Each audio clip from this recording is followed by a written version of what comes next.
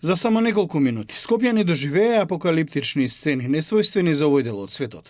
Откорнати кровови, градежен шут леташе низ воздухот, уништени возила, откорнати дрвја, паднати гранки и најмалку 30 полесно повредени граѓани. Ветерот кој достигни до 130 км на час остави пустош зад себе.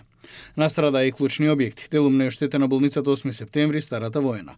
Прогесна аеродромот во Петровец, оштетен и објектот на базенот во Карпош, председателската вила Водно, неколку министерства кои се наоѓаат во зградата на Нова Македонија.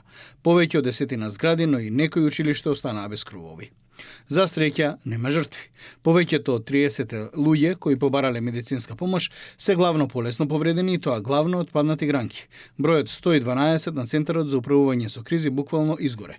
Регистрирани се над 9000 повици. Целиот кров го крена нагоре и падна од другата страна. Сите тие немаат кровови, овие руските се доста оштетени, салонитките има дупки. Јас седев на тераса и овде од кровот цела колку една кола, цел блок падна тука врз дрвата, сега преска. Преголема штета се направи, што јас себе сум 73-4 години, не памтам вакво време. Само што дојдов дома, значи почна нешто да се случува. Викам, што е ова торнадо, лета партер, лета покриви, лета кровови. Ден по силната бура Скопје полека се опоравува. Се расчистуваат улиците, се тргаат паднатите дрвја, се креваат лимовите и останатиот шут, но се бројат и штетите. Градоначалниците на скопските општини ја минаа цела ноќ на терен. Сите улици се проодни, речиси сите тротоари се веќе проодни. Градоначалникот на Скопје Орце Ѓоргиевски вели дека штетите се скоро санирани, а од градоначалниците ќе побара нивните градежни инспектори да излезат на терен и да утврдат зашто толку голем број кровови се откорнати од реновирани објекти. Најголем дел од пријавите се однесуваат на кровови оштетени, кровни конструкции, каде што ќе треба и да се утврди состојбата кој изведувач.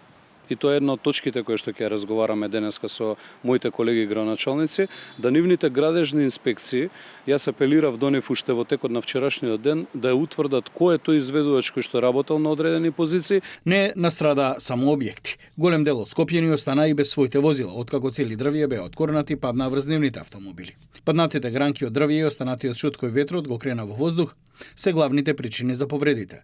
22 од вкупно 30 на повредени побарале помош во клиниката за хируршки болести Свети Наум Охридски во Скопје. 20 од нив според директорот биле примени на болничко лекување, додека другите се со полесни повреди и пуштени дома.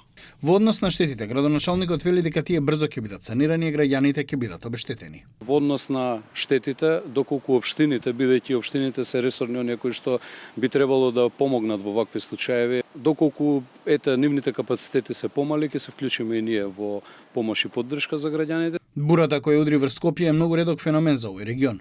Вакво силно невреме не е забележано во последните 10 години.